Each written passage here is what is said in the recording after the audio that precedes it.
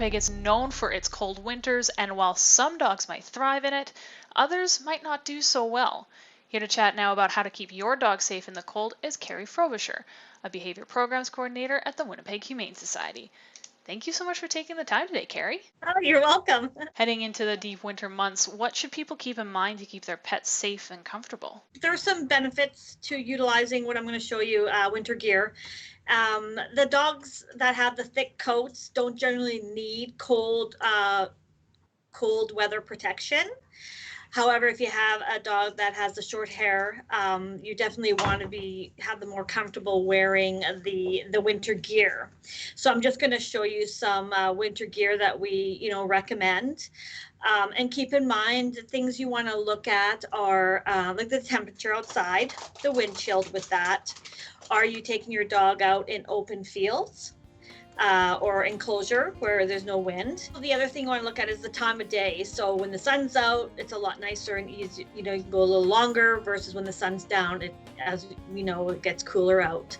And then also the level of activity. So if you have your dog, moving a lot and quicker versus a little dog who may not, you want to kind of keep track of what their level of activity is. Just like us, the more active we are, the more our body heats up and stays warm. Also, the area in Manitoba or Winnipeg, we use a lot of salt, so we want to make sure that we keep our dog's paws healthy. So we have things like it's a paw balm protector. You can put that on. We have our mutlocks, and these go on your puppy feet, so keep them protected and warm from the salt or sand or ice. And then we also have our winter jackets as well to keep them warm. And those are especially the short coat hair dogs that may get a little cold faster. So obviously it kind of depends on the dog, but what's sort of the point at which you would for sure recommend having?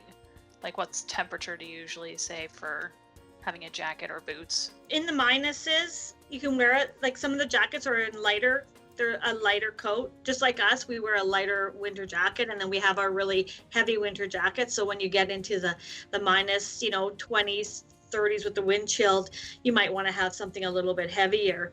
But the things is you want to watch for signs from your dog when they're cold.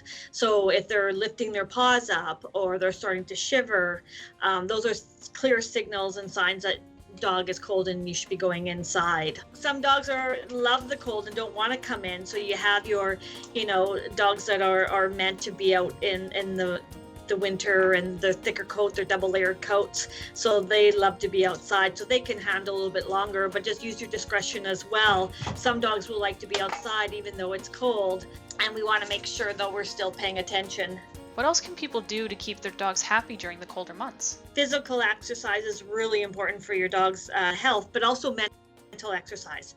So if you have to take your dog out for a quick short walk, because it is minus 30 or 40 out, some days, doing some mental activities, exercise at home is also a good way for them to, burn off some energy. So you can get some games for your dogs, or you can be creative if you're not able to get out of the house and we're all staying safe.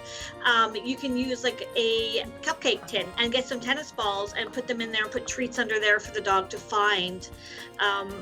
It's also hide and seek. I like doing hide and seek with my dogs. I'll go run into another room and make some noises and have them come finding me.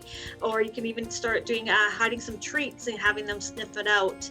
Starting with little baby steps, of course, so they know what you're actually trying to do. So mental exercise is just as important, especially in these cold winter months.